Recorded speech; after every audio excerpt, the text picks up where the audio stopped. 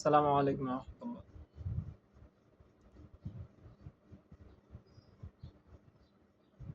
প্রিয় উপদেষ্টাগণ, আপনাদের সকলের কাছে আমার একটা দাবি। সেটা হলো, আমি কোনো সচিবালয় ঘেরাও করব না।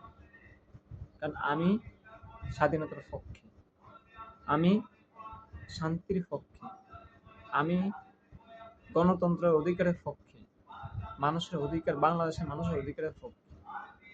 আমাদের এই রাষ্ট্রটা হচ্ছে 95% মুসলমানের রাষ্ট্র, মুসলিম রাষ্ট্র হিসেবে তার স্বীকৃতি দেওয়া আছে। তো সেইখান থেকে সেই আলোকেই আপনার কাছে উপস্থাপন করতেছি যে আপনারা একটা জিনিস করবেন, সেটা হলো আমাদের একটা ভোটের প্রয়োজন আছে। সেটা হলো কোরআনের আইনকে বাস্তবায়ন করা। কোরআনের আইনকে বাস্তবায়ন করা।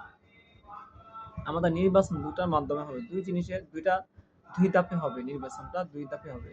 সেটা হলো, আগে আপনারা কোরআন কোরআনকে প্রতিষ্ঠিত করার জন্য কারা কারা চাইতেছে এবং একটা ভোট গ্রহণ করবেন। আগে দেখবেন যে কোরআনের কতটুকু গ্রহণযোগ্যতা আছে। সবার আগে আপনার কাছে এই নির্বাচনটুকু চাইতেছি আমি, যেহেতু আমাদের রাষ্ট্র গণতন্ত্র রাষ্ট্র, ওই হিসাবে বলতেছি যে আমাদের রাষ্ট্রের মধ্যে কত পার্সেন্ট মানুষ কোরআনকে ভোট দেয়, যে আমাদের শাসন হবে কোরআনের শাসন।